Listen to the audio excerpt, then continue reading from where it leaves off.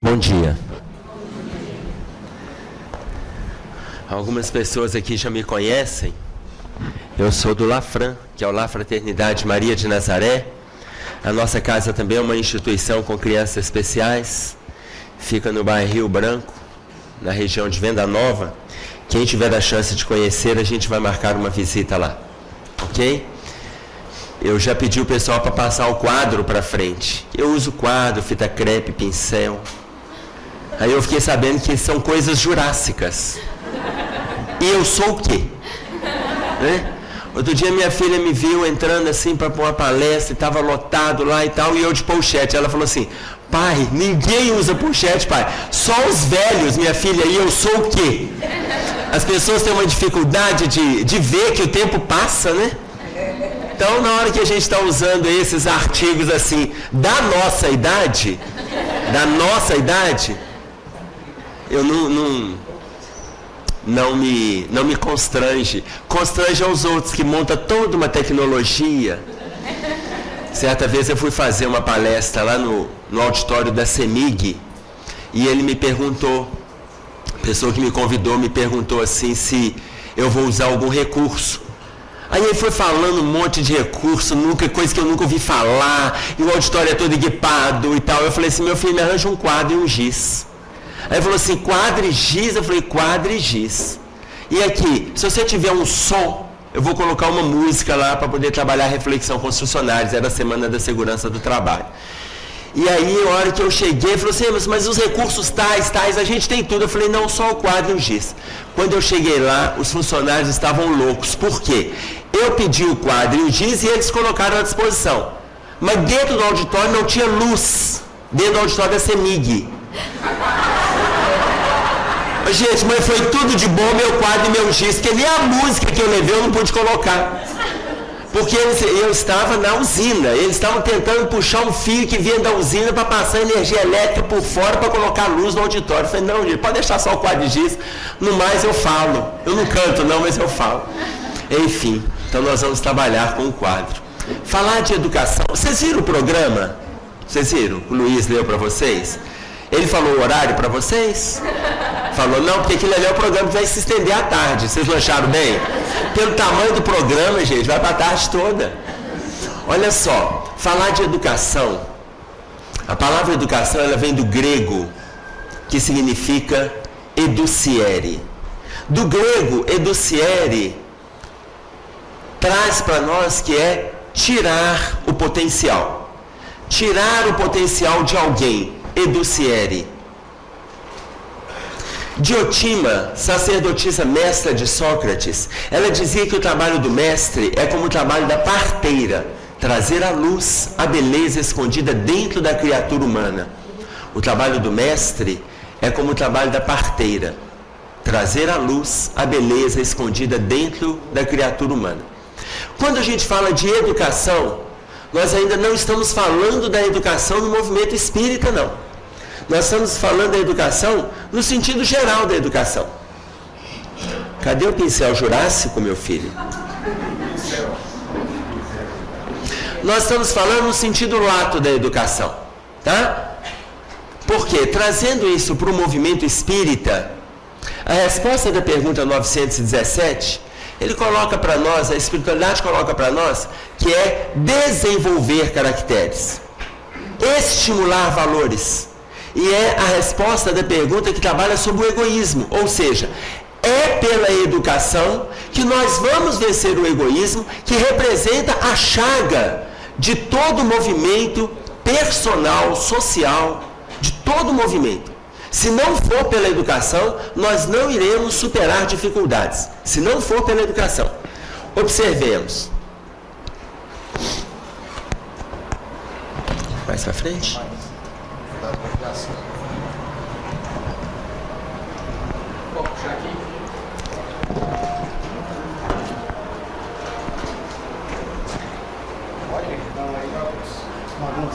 Bagunça. E olha que eu nem comecei. Você corta pra mim, meu filho. Corta pra mim. Ótimo. Pode subir um microfone um pouquinho para cá. Assim? Muito obrigado. Então, som estava ruim lá, mas tudo bem, tá. Viu? O som tá ruim lá fora? Vai tocar. Lá fora já melhor. Nossa, agora tem que falar mais baixo ainda. Lá fora já está ouvindo, então. Então, o que a gente vai fazer?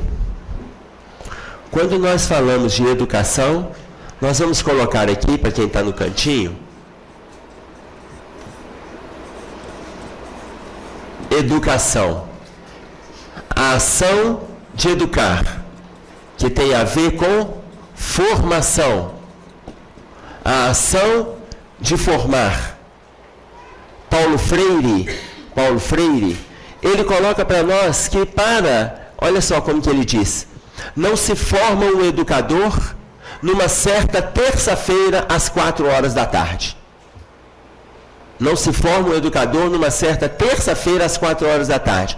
Para educar, tem que ter conhecimento, desejo, mudança e tempo. Conhecimento, desejo, mudança e tempo. É uma equação. A partir de hoje eu quero ser educador. E nós estamos ainda falando da educação tradicional. Na educação moral, essa equação aqui, ela se estende muito mais. Por quê? Porque para adquirirmos isso aqui, tem uma outra equação que antecede a essa, que se chama exemplo. Não se educa apenas pelas palavras.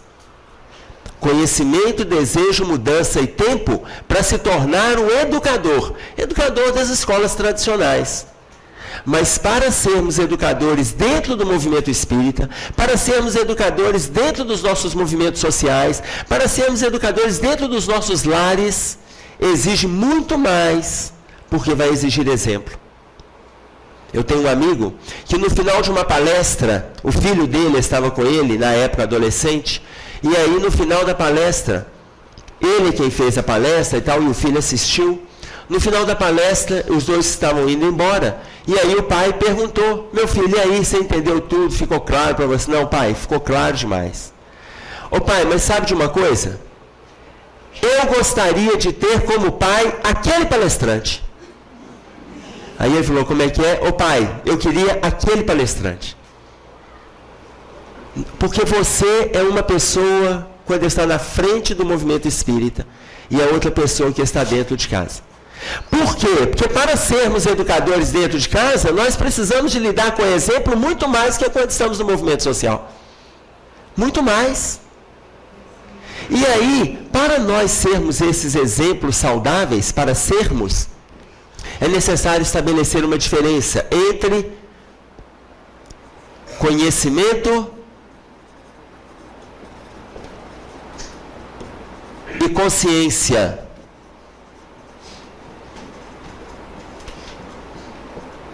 E eu pergunto para vocês, conhecimento e consciência é igual ou é diferente no sinônimo? É diferente? O que é conhecimento? É o saber. O que é a consciência?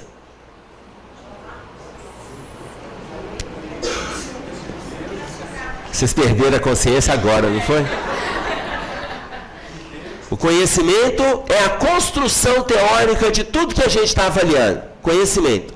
Tudo que a gente lê, conhecimento. Tudo que a gente prega, conhecimento. Tudo que a gente verbaliza, conhecimento. Isso é conhecimento. O que é consciência? É a prática de tudo aquilo que a gente estuda. Ou seja, dentro das nossas relações, dentro do movimento espírita, é muito mais fácil termos conhecimento do que consciência. Muito mais fácil. Conhecimento, gente, a Terra hoje está recheada de pessoas com conhecimento. Não precisa ser dentro do movimento espírita, não, dentro de qualquer movimento religioso. Ela está recheada de gente que tem conhecimento. Poucas pessoas estão com consciência. A dificuldade no campo da educação espiritual, ela está tão grande, mas tão grande, que nós não estamos querendo trabalhar no sentido de eliminar aqueles valores que não são saudáveis na nossa relação. Nós não estamos fazendo isso. A gente sai da casa espírita e continua cultivando fofoca, pensamento negativo. Vou aprender com a experiência. O movimento espírita aprende muito com a experiência do outro. Ele não faz fofoca. Ele conta para alguém. Porque é rico aquela experiência, vocês estão entendendo? É rico. E nós entramos no campo da maledicência aos poucos.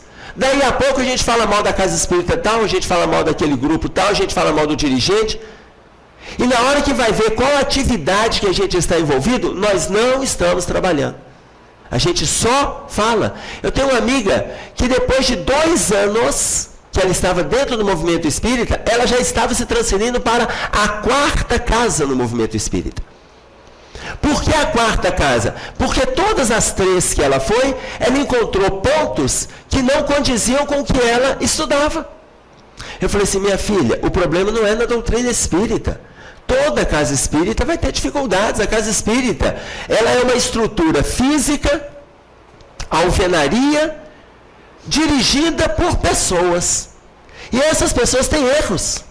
Porque o dia que a casa espírita for dirigida por alguém que é perfeito, essa pessoa não vai estar encarnada. Porque se ela é perfeita, ela é anjo. O que vai fazer na Terra? Dirigir o movimento espírita? Quem dirige o movimento espírita é quem está em luta no processo consciencial. Saindo do campo do conhecimento, partindo para o campo da consciência. Aí, nós vamos falar algumas dificuldades. Pincel, apagador. Eu estou com uma dificuldade aqui, eu queria um apagador.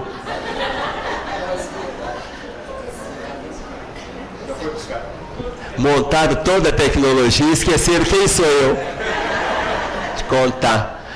Nós vamos falar algumas dificuldades que a gente observa. Nós vamos fazer o contrário daquilo que Jesus ensinou para nós. Oh, meu filho. Não vai apagar não.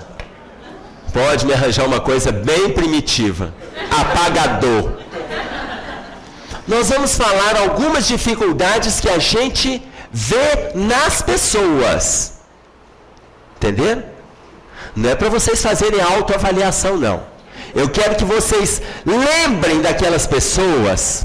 Sabe aquelas pessoas? Eu quero que vocês lembrem dessas pessoas e vejam alguma dificuldade. Por exemplo, a minha mãe, o meu irmão, a minha esposa, o meu filho. Eu quero que a gente veja algumas dificuldades das pessoas.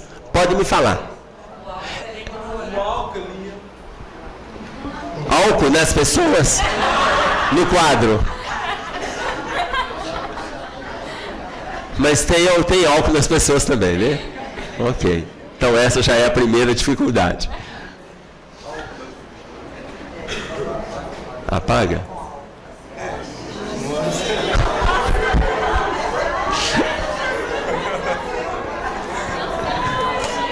Pode deixar, meu filho. Aqui. Pode usar.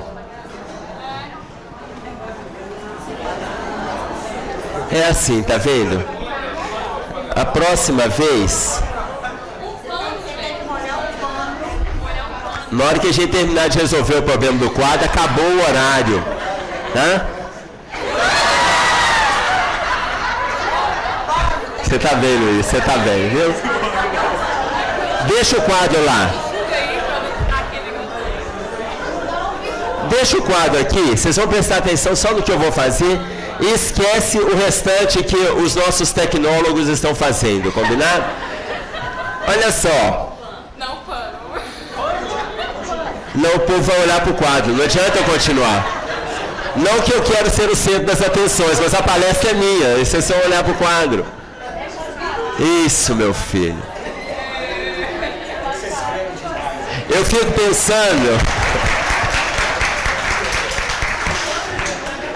pensando como sofrem as pessoas que estão sentadas nas cadeirinhas lá fora. Gente, como aquele pessoal sofre, eles não conseguem... Você já pensou uma pessoa lá fora que morre de curiosidade? Gente, ela agora está lá tendo uma parada, eu não sei nem se a ambulância do SAMU veio. vai funcionar. Ok. Então, olha só. Oi? Não estou te ouvindo.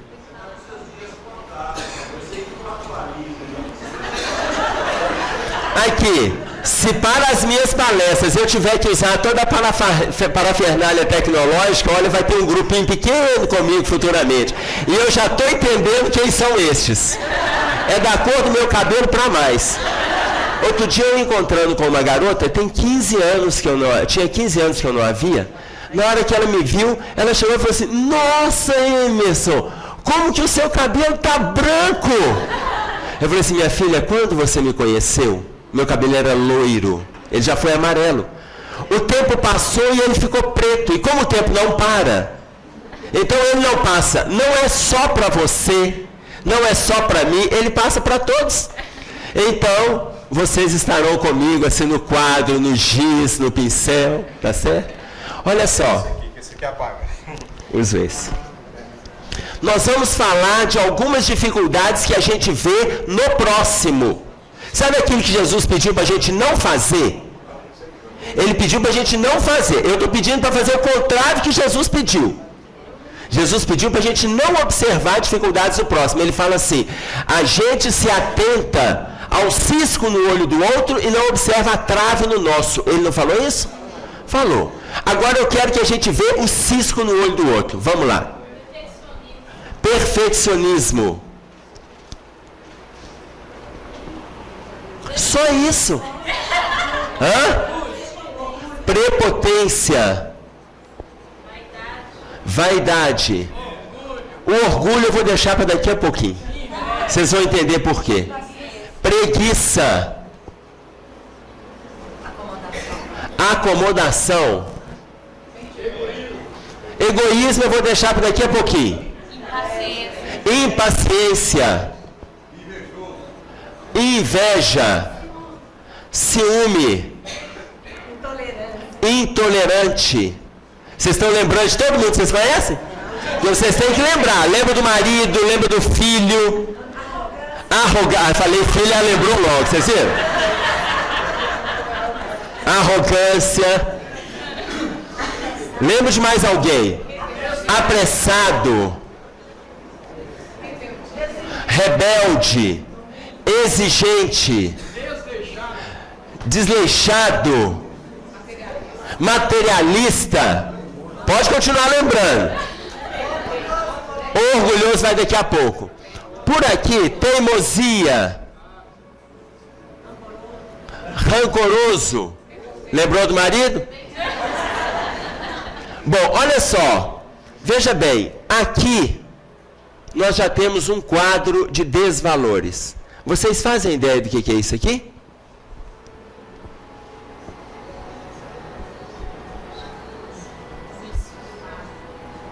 O que é isso?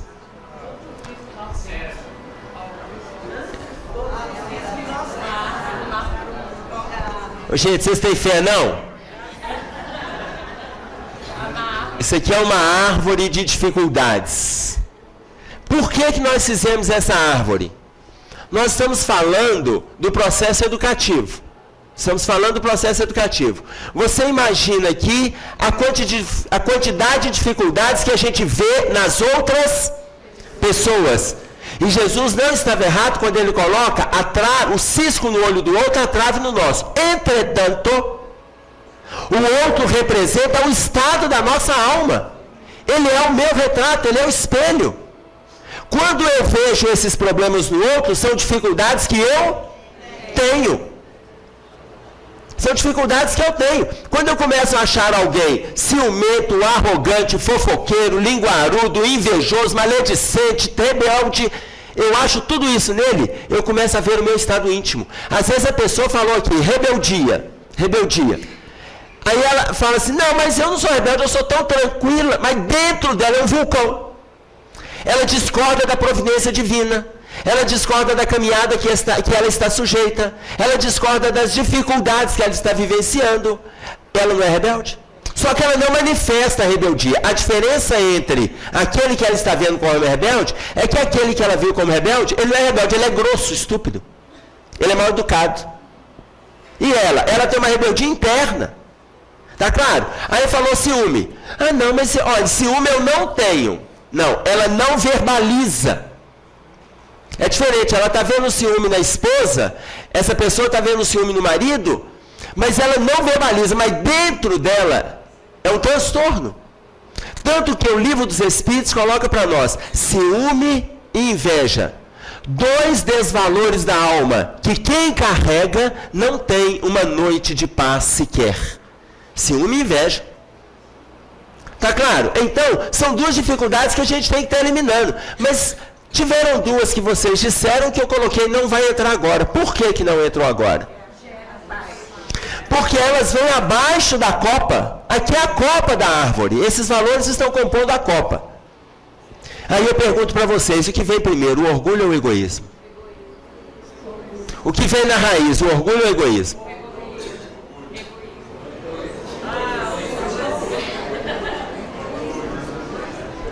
O que vem primeiro na raiz, é o orgulho. O tronco é o egoísmo. No capítulo 7, no Evangelho segundo o Espiritismo, bem-aventurados os pobres de espírito, no item 11, ele vai falar para nós do orgulho. E ele vai falar assim, em 2 traduções, ele vai falar raiz de todas as nossas dificuldades, raiz de todas as dificuldades. Numa outra tradução ele vai falar a fonte de todas as nossas dificuldades é o orgulho. Então tudo nasce do orgulho. Tudo nasce do orgulho. Quando a gente vai lá no capítulo 11, sobre o egoísmo, que é o item 11, está escrito para nós assim, egoísmo, filho do orgulho. Então se ele é filho do orgulho, o orgulho dá ascendência. Vem o egoísmo e aí vem todas as dificuldades. O que nós estamos fazendo no movimento espírita? A gente vem para estudar, mas nós estamos, na realidade, cuidando da árvore. Ô, gente, isso não é árvore para ser cuidada, não. A gente tem que extirpar a árvore. Pode falar, minha filha.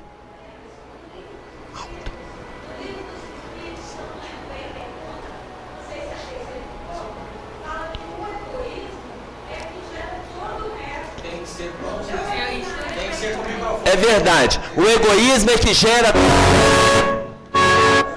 Fiquem calmos. O egoísmo é que gera todo o resto. É mesmo. Mas a partir do tronco. Vocês já viram copa sem raiz? Ele gera todo o resto a partir do tronco. Você está me dizendo, então, nós vamos ter que rever. O Livro dos Espíritos está discordando do Evangelho segundo o Espiritismo. Eu sabia que Kardec tinha algum erro. Ô Hermes, tô aqui atrás. Nós vamos pegar depois. Eu queria pedir que se alguém tiver que falar qualquer coisa, tem que ser no microfone, senão as pessoas lá fora perdem, nós não gravamos, ou então nós vamos ter que repetir aqui o que se fala. Eu vou repetir. Ou então repete. Mas eu acho que fica mais fácil eu repetir, porque se cada um, na hora que for passar o microfone, a hora que a última lá for falar, ó, é Esther, a hora que ela for falar, o microfone chegou lá, você já está no horário da janta. Então, fica calma aí. Então, olha só. Depois, então, é importante a gente rever, mas você não sabe que item que está. Pode falar. Pergunta 913 do Livro dos Espíritos. Que está falando o egoísmo como origem. Tá. Então, está colocando o Livro dos Espíritos. Eu estou trazendo que o Evangelho mostra para nós o orgulho. A partir do orgulho, o egoísmo. A partir do egoísmo, os males. A partir do egoísmo, os males. E aqui estou colocando capítulo 7 do Evangelho, item 11. O egoísmo, capítulo 11 do Evangelho, item 11 também. Todos dois estão colocando para nós, coloca egoísmo, filho do orgulho. E coloca orgulho, raiz de todas as dificuldades. Agora, que os dois caminham juntos, aí não há dúvida. Tá? Nossa mãe. Que os dois caminham juntos, não tenho dúvida. Tá claro? Ou seja, nós temos que trabalhar não na poda dessa árvore. Nós não temos que trabalhar na poda de valores, não, gente. A gente vem para o movimento espírita, a gente dá aulinha de evangelização, a gente faz reuniões, dá passe, dá pãozinho, vai para o sopão e a gente vai podando. A gente vai podando. O que acontece com a poda? Vamos pegar o fruto. O que acontece com a poda? Novos brotos vão vir. Novos brotos vão vir. Agora, aquele que não poda e deixa, não poda, mas também não cuida. Vou pegar aqui o vício. Vou pegar um vício que vocês não falaram. Eu acho que foi até de propósito. A gula. E vocês não falaram justamente que está depois do lanche. Isso foi de propósito. Imagina aqui que a pessoa não cuidou da árvore. O que acontece com o fruto? Ele cai. O que acontece com a semente? Nova raiz. Vai brotar, não vai? Raiz do orgulho. Aí vem o tronco. Tronco do egoísmo. Aí vem a copa. Mas a copa começou só com a gula. Aí alguém chega pro guloso e fala para ele assim: fulano, mas aqui você está comendo demais. Você tem que diminuir a quantidade que você come. Aí ele começa a ficar irritado com você. Aí quando ele fica irritado, ele mais ainda come. Quanto mais ele come, mais ansioso ele fica. Quanto mais ansioso, mais ele engorda. Quanto mais ele engorda, mais doente ele fica. Aí daí a pouco, outro chega para ele e fala assim: você não acha que você devia fazer um tratamento, procurar um endócrino, um vigilante do peso e tal? Aí ele vê que a obesidade dele, ela está ultrapassando os limites da aceitação social. Ele começa a se isolar. Começando a se isolar, ele vai ficando deprimido. Quanto mais deprimido, mais ele come. Quanto mais ele come, mais ele se sente culpado. Quanto mais culpado, mais ele alimenta o remorso e não o arrependimento para fazer a mudança de postura. Quanto mais ele vai fazendo isso aqui, mais ele vai ilustrando a copa de dificuldades. Daí a pouco, a copa já está cheia de novo. E isso é que nós estamos fazendo aqui, hoje, dentro do movimento. Em vez da gente se trabalhar educativamente, alimentando a consciência e não o conhecimento, a gente está recheado de conhecimento, mas estamos sem prática. Estamos sem prática.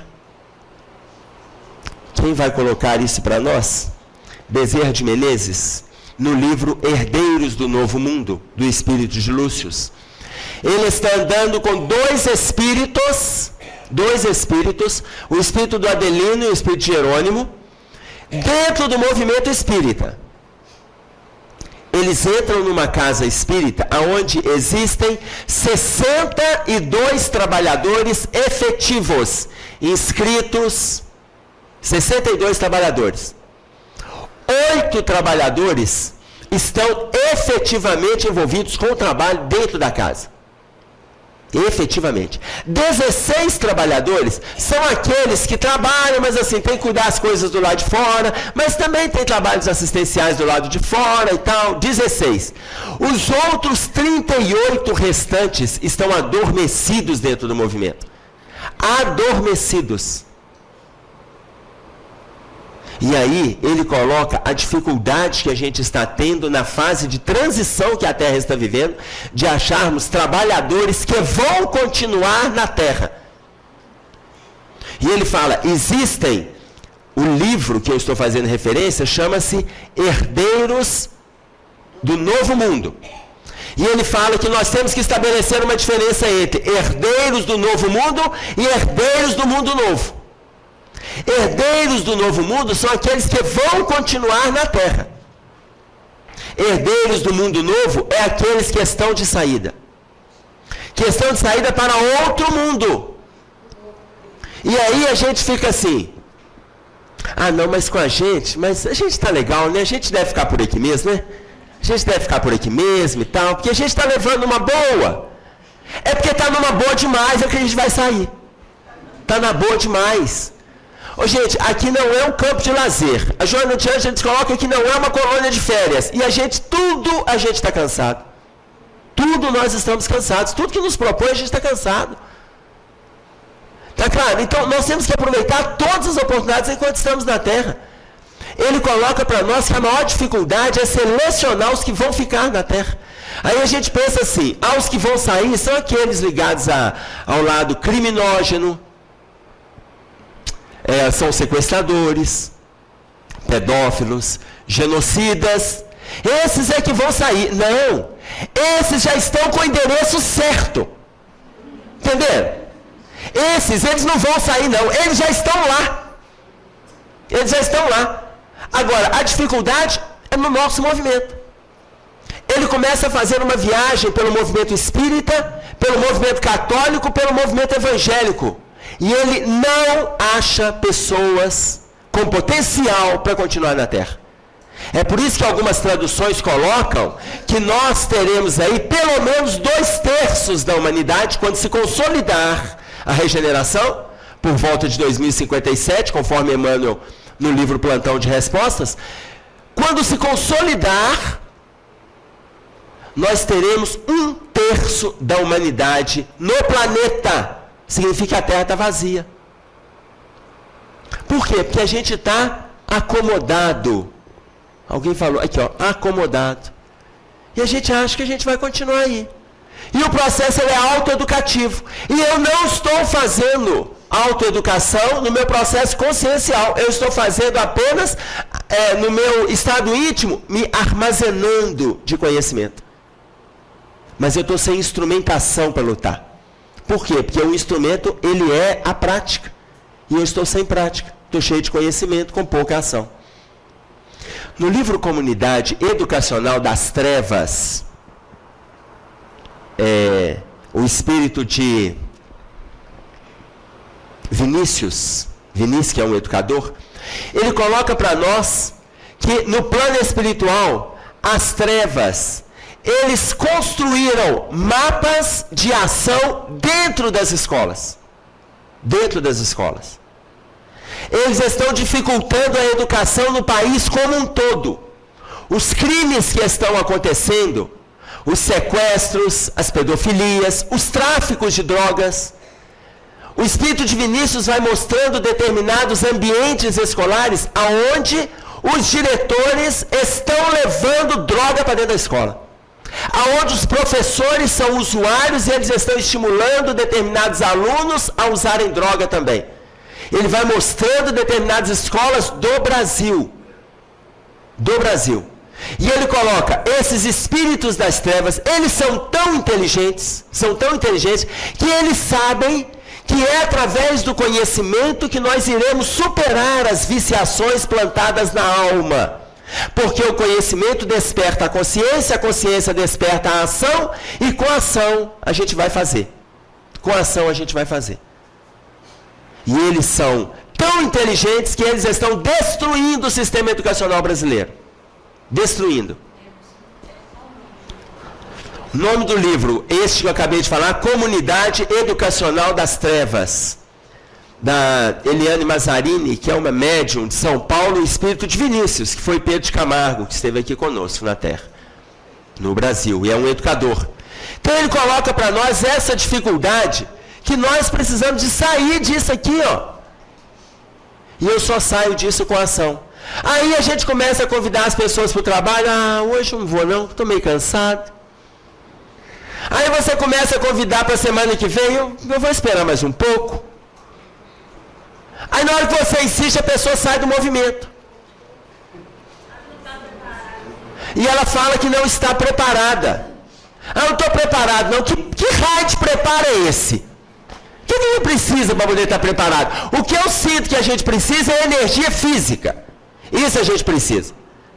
Por quê? Porque se a gente não estiver com energia física, a gente não vai.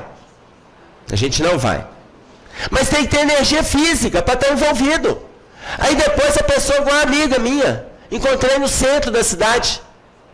Ela esteve envolvida conosco no movimento espírita 6 anos. 6 anos de trabalho. De trabalho.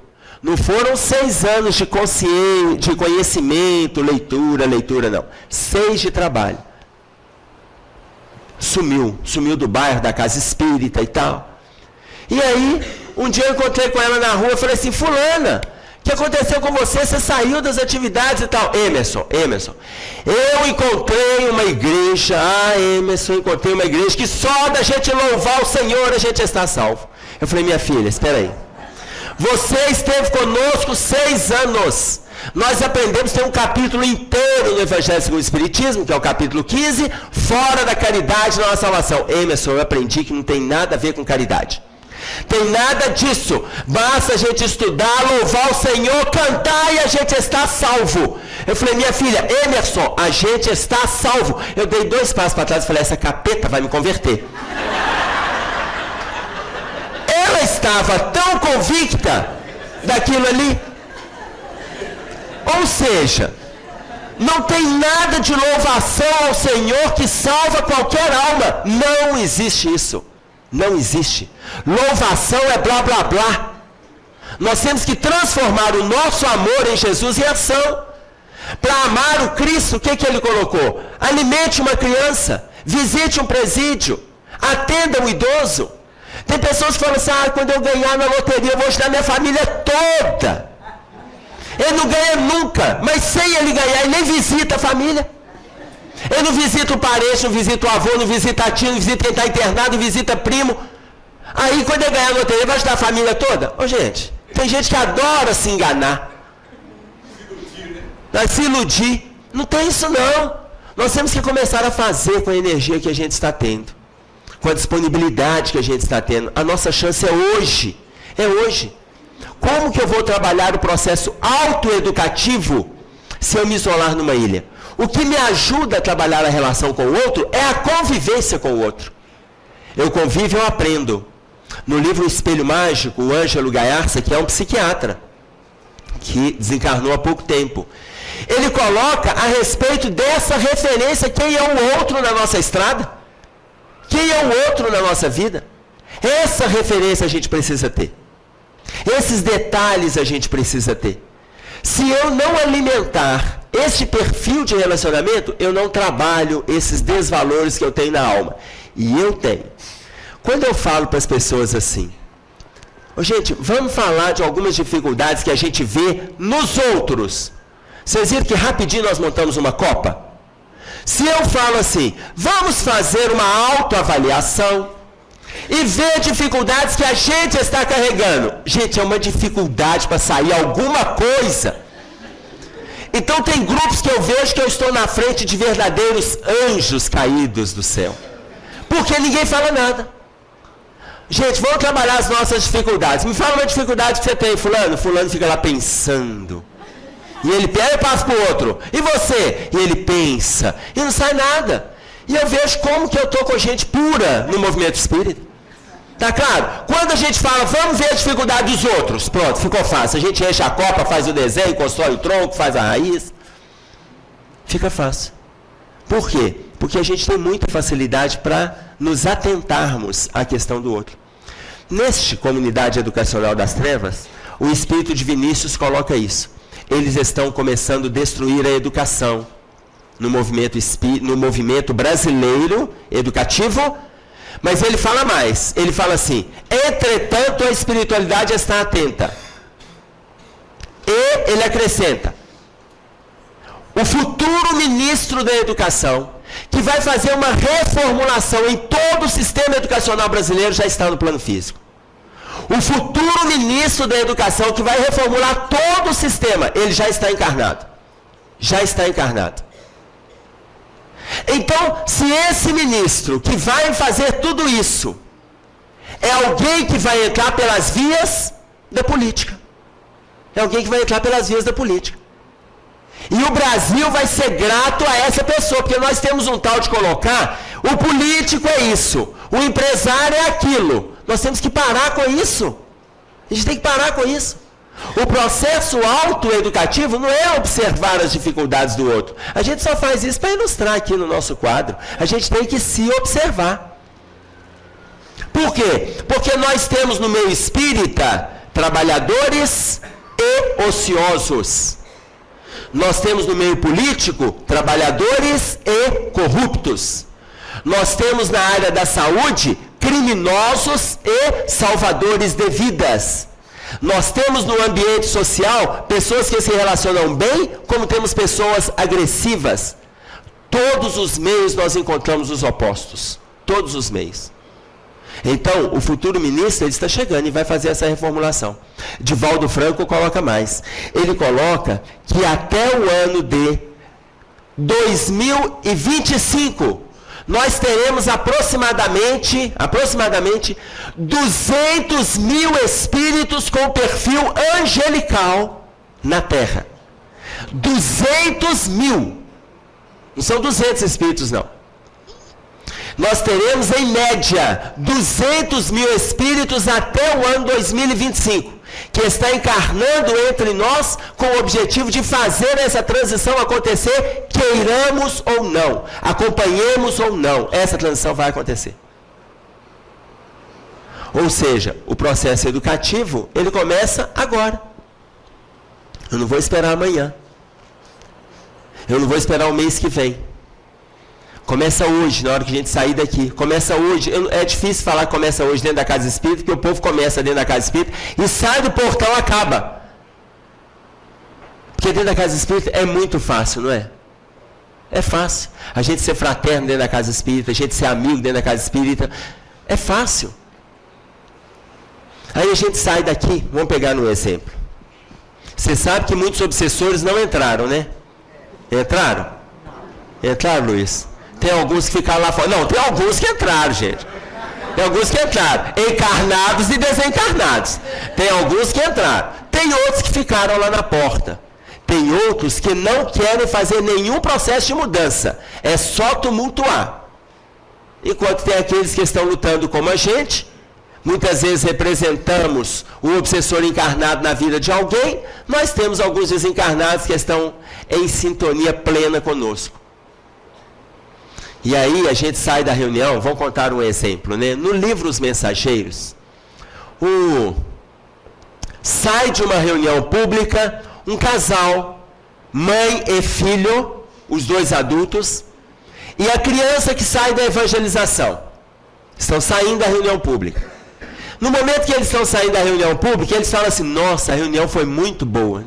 Mas foi muito boa, gostei demais, foi bom e tal. Aí o filho fala... Aí a mãe fala assim, mas a vida aqui fora está muito difícil. Falar lá na frente é fácil. O difícil é enfrentar as lutas que a gente tem. Aí o filho fala, é isso mesmo. Está dura mesmo. Nossa, a vida de adulto não é fácil.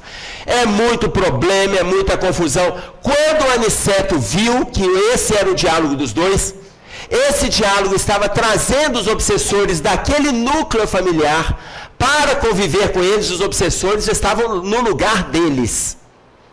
Na hora que eles começaram com esse diálogo, os obsessores começaram a aproximar. Começaram a aproximar, o Aniceto colocou a mão na mente da criança e a criança começou a falar por intermédio daquilo que o Aniceto queria passar para a mãe e para o irmão mais velho. E ela começou a falar da evangelização da criança. E ela falou, gente, mas por que vocês estão falando isso? A minha aulinha de evangelização foi tão boa. Lá eu estudei sobre isso, estudei aquilo. E ela começou a explicar a aulinha de evangelização. Aí na hora que ela parou de falar, os dois falaram assim, você ainda é uma criança. Você não conhece a vida do adulto, as dores do adulto. Aí o irmão falou assim, o dia que você crescer, você vai saber. Eu quero ver você crescer e ficar com esse otimismo que você está tendo aí. O Aniceto tira a mão da cabeça da criança e os obsessores dão um braço para a família. E eles levam esses obsessores para casa, depois de saírem da reunião. Ou seja, cuidado com o que vocês vão comentar quando sair da reunião aqui hoje. Não falem mal da reunião, tá? Que eles estão esperando vocês lá fora. Ou vocês falem bem, ou vocês silenciem. Porque aqueles que não conseguirem ler o pensamento de vocês não sabem que vocês estão pensando mal. Tá? O processo, então, ele é autoeducativo. Um outro exemplo. Estamos aqui nesse encontro graças ao ambiente festivo do Carnaval. É um momento que para nós extremamente saudável no que diz respeito ao movimento espírita.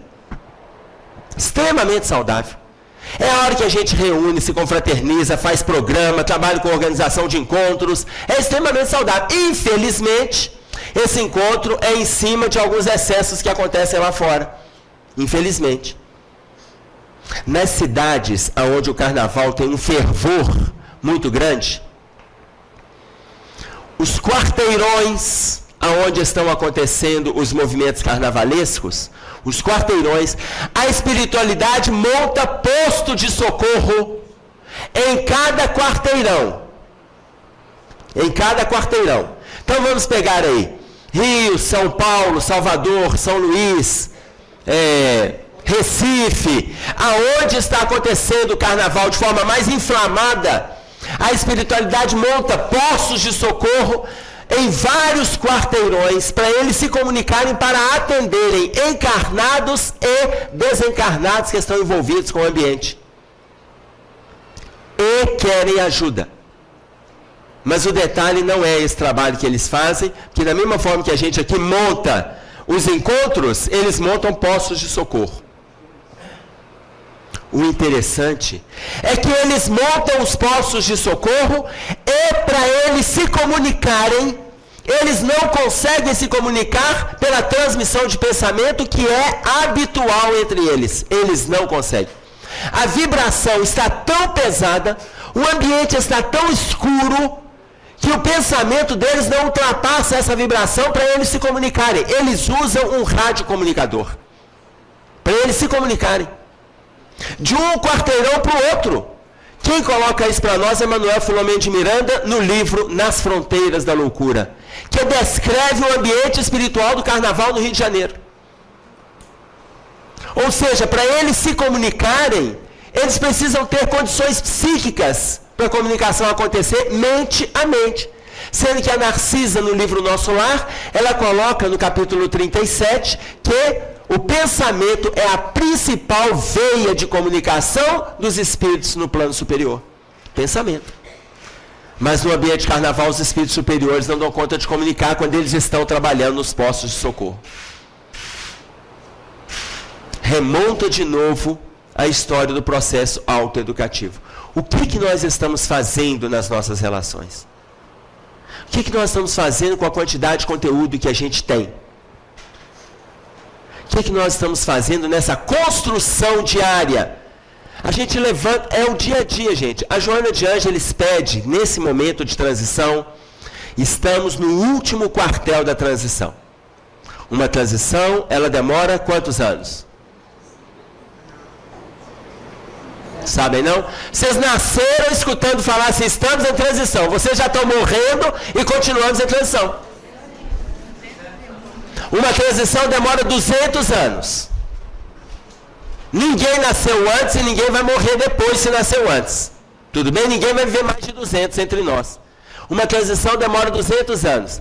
A Joana de Ângeles coloca para nós que nesse momento que estamos no último quartel da transição, é necessário trabalhar a consciência da responsabilidade individual. Consciência da responsabilidade pessoal. Assumir aqueles compromissos simples do dia a dia. Assumir. Simples. Você está se dispondo a ser sincero? Então não minta. Você marcou tal horário, vai chegar em tal lugar? Cumpra. Você marcou com a pessoa que vai assumir isso, essa ou aquela tarefa? Assuma. Consciência da responsabilidade pessoal. Tem gente achando que nós somos aqui grandes missionários da terra. Nós temos que parar com essa besteira. Vamos assumir aqueles compromissos que são reais, que é do dia a dia. Se a gente assumir o que ela chama de consciência da responsabilidade individual, nós já estaremos prestando um grande serviço nas relações sociais. Teve uma frase que andou aí nessas propagandas do ônibus, no vidro, e a frase era assim: se todas as pessoas dessem as mãos, nós não teríamos mãos livres para matar, para roubar ou para traficar. E é verdade. Se todas as pessoas dessem as mãos, mas nós estamos com uma dificuldade de ajudarmos o outro. A gente passa, vê alguém na rua ali pedindo ajuda, etc. Ah, não, mas alguém vai passar, alguém vai ajudar, porque eu vou dar oportunidade para outro. A oportunidade é sua. A gente passa assim, não, mas eu vou rezar por ele. Pai nosso que está no céu. Nós temos que parar de ser levita. A gente tem que parar de ser sacerdote no movimento espírita. A gente tem que ser mais samaritano. A gente tem que se envolver mais com a dor do outro. E nós estamos com uma dificuldade de fazermos isso. A gente tem dificuldade de colocar para o outro.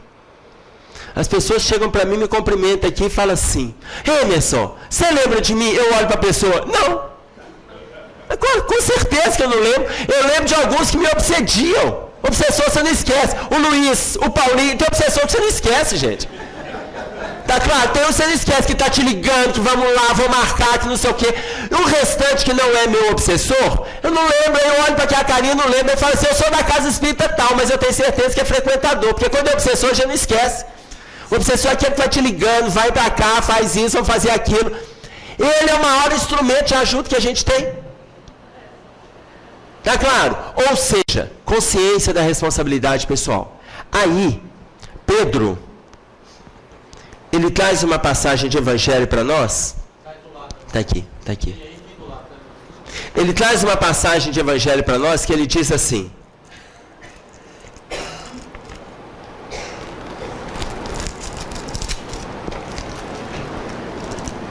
apacentai, quem não estiver lendo não tem problema, que eu vou ler para vocês. Apacentai o rebanho de Deus que está entre vós, tendo cuidado dele, não por força, mas voluntariamente. Pode deixar, filho. Aqui tem mais. Apacentai o rebanho de Deus que está entre vós, tendo cuidado dele, não por força, mas voluntariamente. Apacentai, o que é apacentai? Oferecer pasto, oferecer o alimento. Apacentai o rebanho de Deus que está entre vós. Qual o principal rebanho que está conosco? A família. Esse é o principal rebanho que está conosco. É aonde eu preciso ser exemplo saudável. Dentro da minha casa. Dentro da minha casa.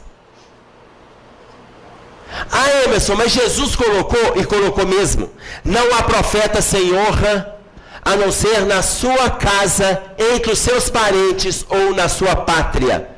Não há profeta sem honra, a não ser na sua casa, entre os seus parentes ou na sua pátria. É verdade.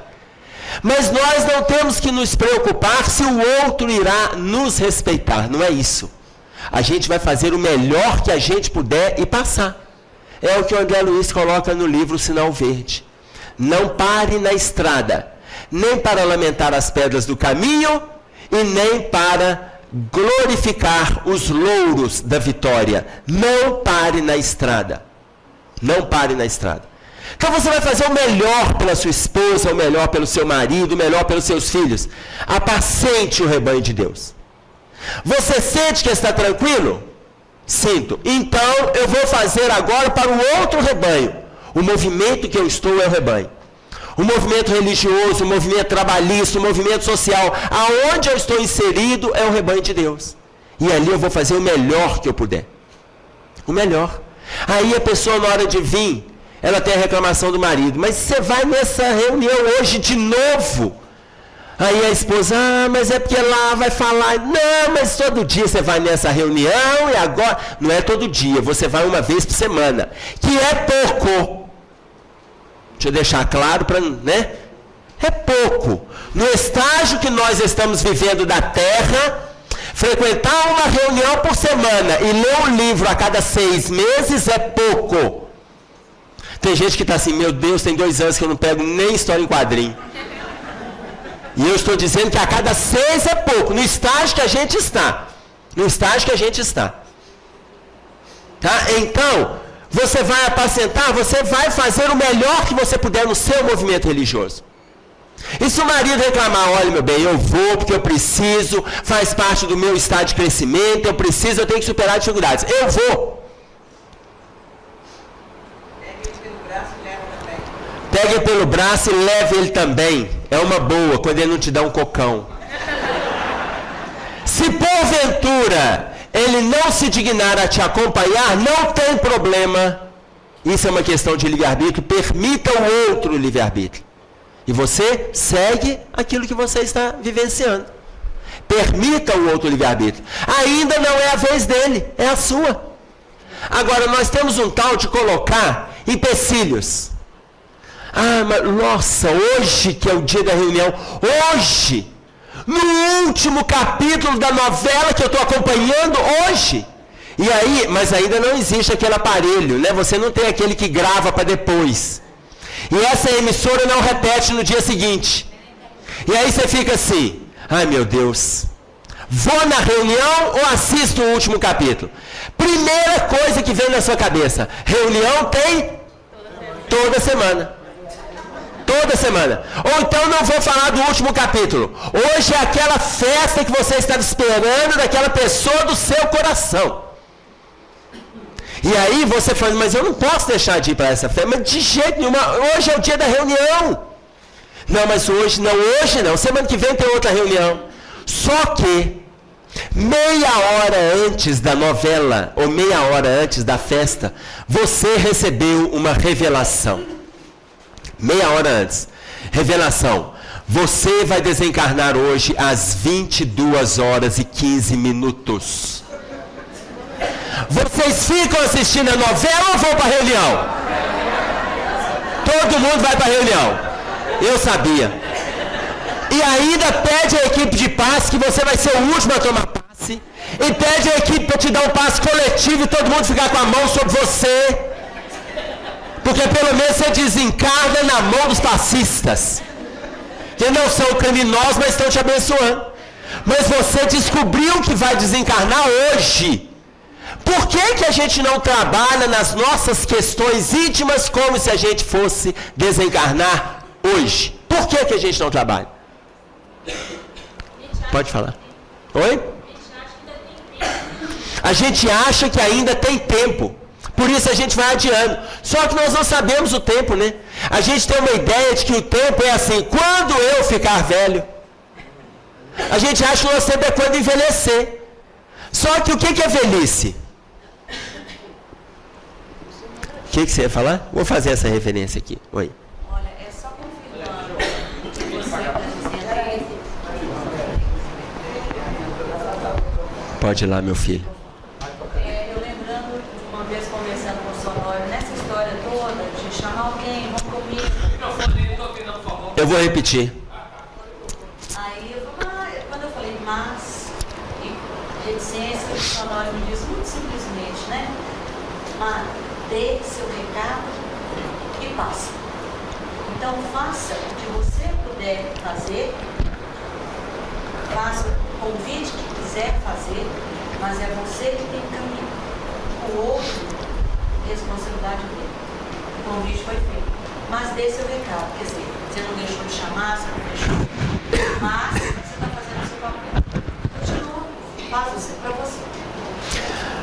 Ela está colocando que num bate-papo com o seu Honório, ele colocou ela preocupada com as outras pessoas que não querem fazer, não querem atender o convite de trabalho, de luta e tal. E o Sonório deu essa recomendação. Faça você a sua parte e deixe os outros para o momento deles.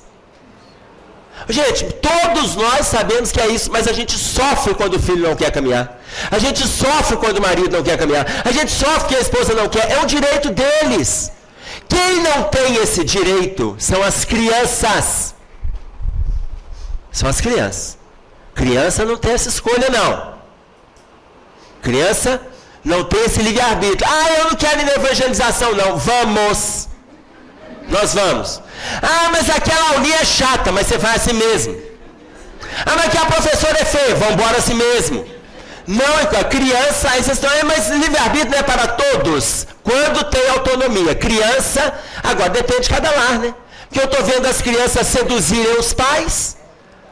Os pais chegam para mim e falam assim, ô Emerson, mas o meu filho teve prova essa semana e ele está muito cansado. Eu falei, com quantos anos está o seu filho? 9 anos. E ele já está muito cansado. E aí deixa de levar na evangelização. 1 hora de evangelização. 1 hora.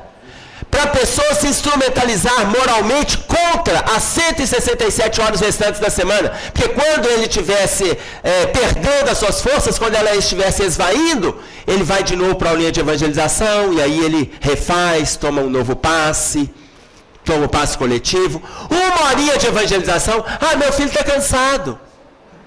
Cansado do quê? Ele está cansado porque teve prova naquela semana. Deixa ele à noite no computador, que ele vira à noite, descansado. Ele vira à noite. Convida para uma festa que ele está pronto. O Raul Teixeira coloca que se o seu filho não quiser ir para a evangelização, você chega e fala assim, vambora, estou indo, sua mãe está indo, todo mundo está indo, estou fechando a casa, anda logo, pronto, fecha a casa e vai embora, e sai com ele. Aí pega pela mão. Ou seja, criança, livre-arbítrio é conquista.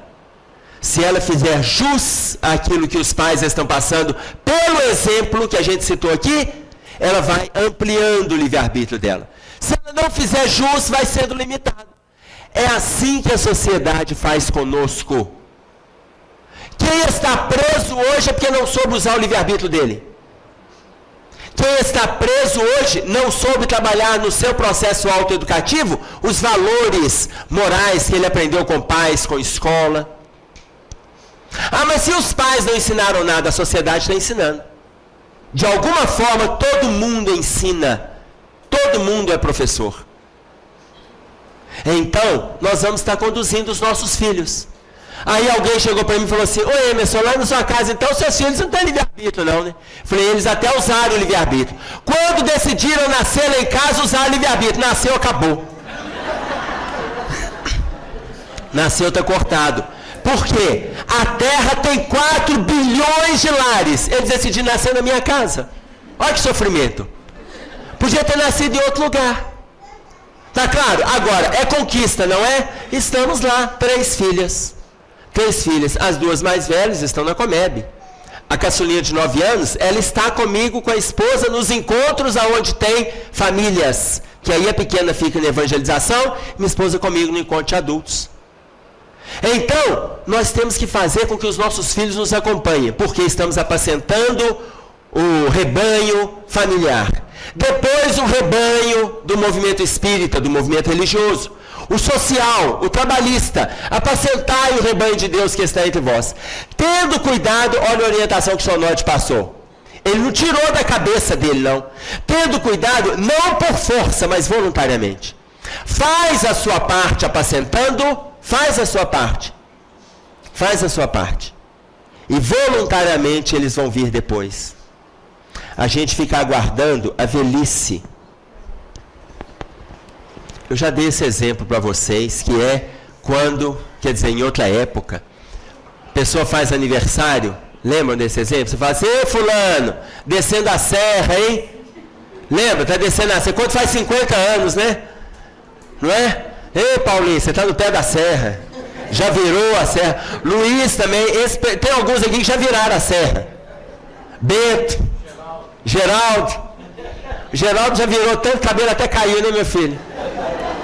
Então olha só, está descendo a serra, a pessoa faz 50 anos, você fala assim, está descendo a serra. Se quem fez 50 anos está descendo a serra, é sinal de que ele vai viver quanto? 100. Se fez 50, está descendo, ele vai chegar a 100. O seu Manel, por exemplo, ele está no pé da serra, que ele está... Cadê o seu Manel? Já foi, então nós podemos falar. O seu Manel está no pezinho da serra. Está no pezinho da serra. Tá? Então, só que a gente fala isso para quem faz 50, considerando que a pessoa vai chegar a 100. Bom, como nós estamos com uma média de vida de 70, a pessoa virou a serra com 35. Ou seja, aqui praticamente todos. É um ou outro que escapa. Tá? Tem aqueles que já passou do pé da serra, já está chegando na raiz da montanha. Já está aqui, ó. Está na raiz, já passou de 70. Já está nos juros da reencarnação. Tá claro? Tá aqui embaixo. Tá? Agora, imagine você, uma pessoa que programou desencarnar com 52 anos. Ela virou a serra com 26 anos. Ninguém, quando ela fez 26 anos, ninguém falou para ele, você está virando a serra. Ninguém. Tá? E ela vai desencarnar com 52. Com 50, aí você vai convidando essa pessoa para o trabalho. A gente convida, conversa, não, depois, daqui a um tempo, quando eu envelhecer, ficando mais velho, mais maduro, etc. Só que ela aposenta com 50. Ela tem mais 2 anos de vida. E ela não sabe, ela acha que vai viver até os 80. 2 anos, gente, só dá tempo dela despedir de quem ela já conheceu. 2 anos ela só despede, com 52 ela cai morta. Tá claro? Cai morta. Acabou. E nós temos um tal, agora tem aquelas pessoas que já chegaram aos 70, aos 80, aos 90, e a gente vai no aniversário delas e fala assim, fulana, mas que Deus te dê muitos anos de vida. Ô, gente, nós temos que parar com isso. Tomara que ela desencarne. Ela precisa desencarnar, pelo amor de Deus. A gente vai no aniversário da vovó com 85, do vovô com 98, mas se Deus quiser, ele vai viver o dobro. Para quê? Para ter Alzheimer, para ter Parkinson, para poder ficar na cadeira de roda e você lá? Não. 85, 90, olha, já está na raiz da montanha, vai com Deus. Olha só, meu pai falou comigo assim, ô Emerson, sua tia não está bem.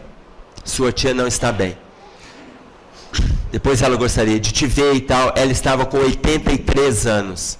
E eu fui lá, na casa dela. E aí ela estava lá com a bala de oxigênio respirando. E estava lá alguns primos em torno dela. Mais 2 tias, vizinho em torno dela. E ela falando, que bom que você veio, meu filho. Eu vou morrer, meu filho, eu vou morrer. Aí,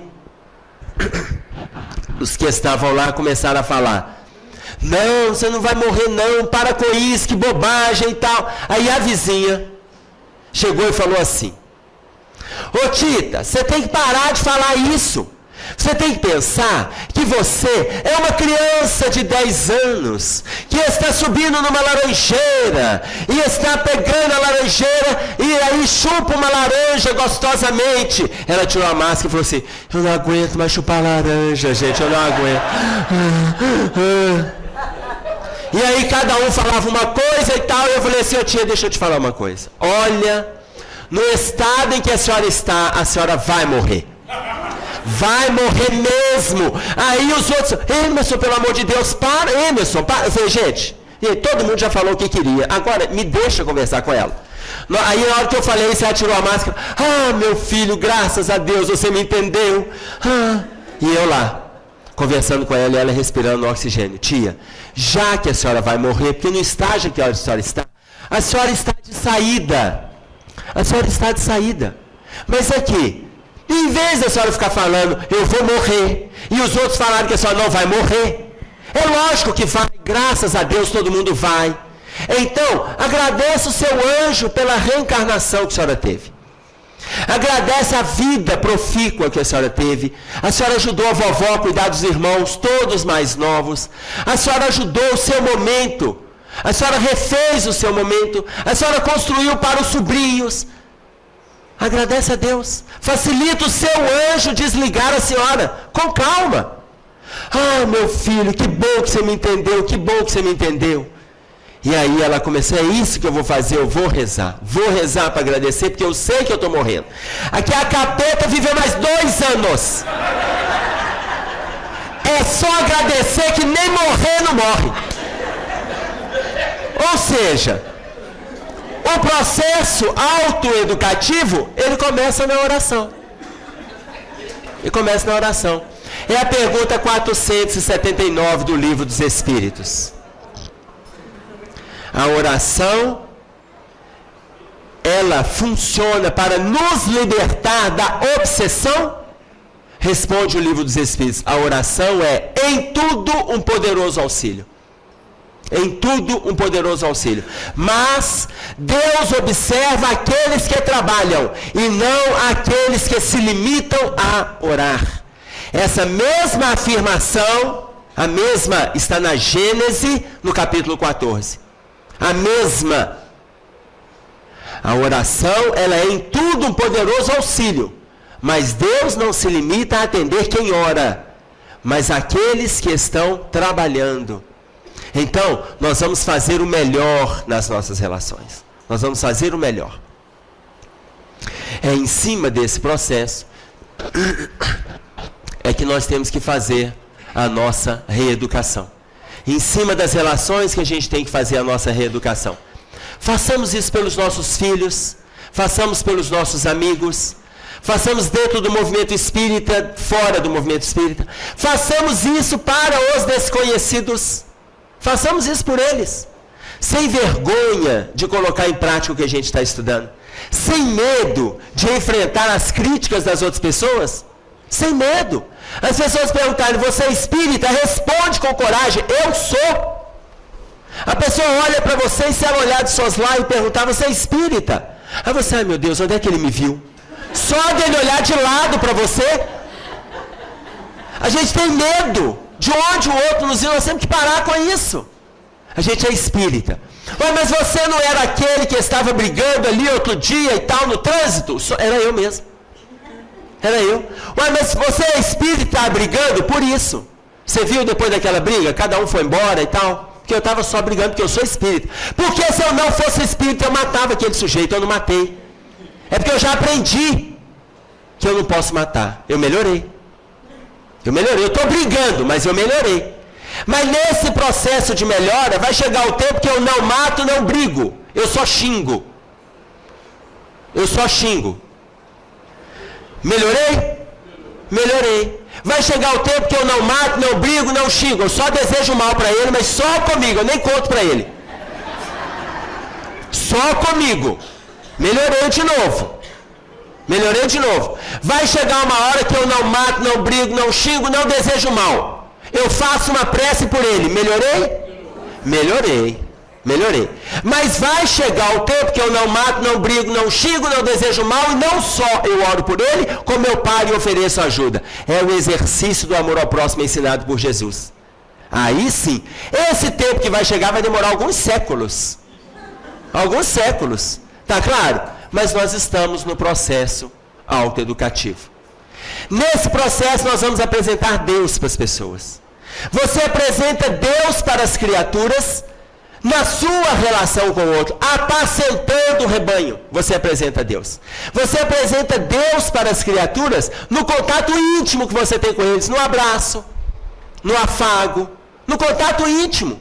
Nós podemos apresentar Deus para as pessoas. E nós estamos com uma dificuldade de apresentar Deus.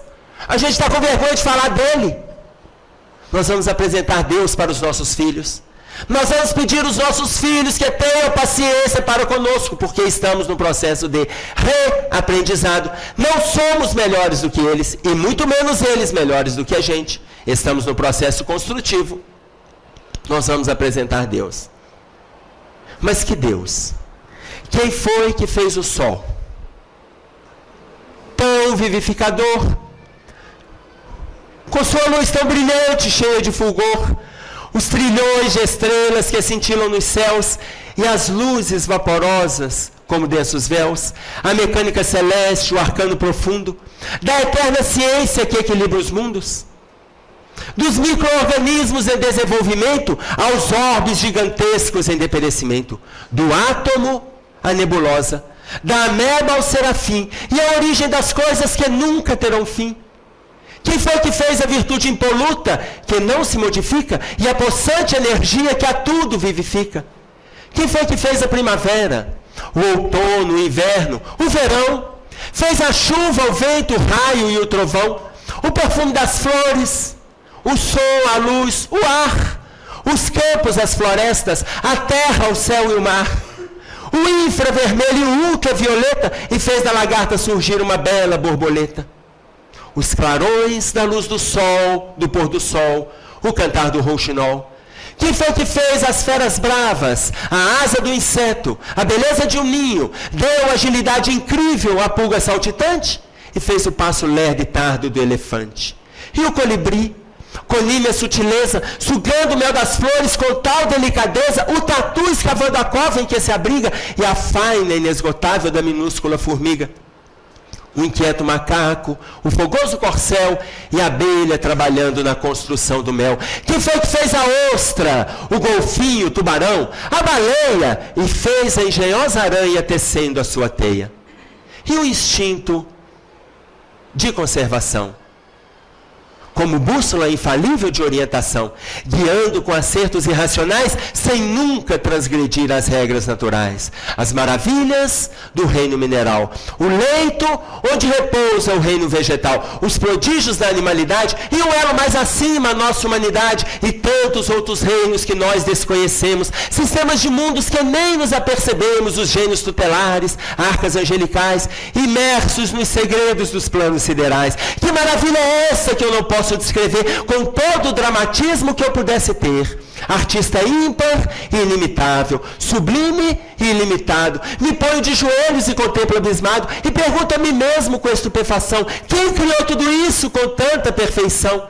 Quem dá sem perder nada e paga sem dever, e a tudo movimenta sem nunca se mover, formando e transformando, criando e agindo, governando e dirigindo? Quem tem tanto poder? Perguntam outras vozes: quem pode me dizer? Eu vos peço, queridos irmãos meus. E as vozes me respondem: foi Deus, foi Deus, foi Deus.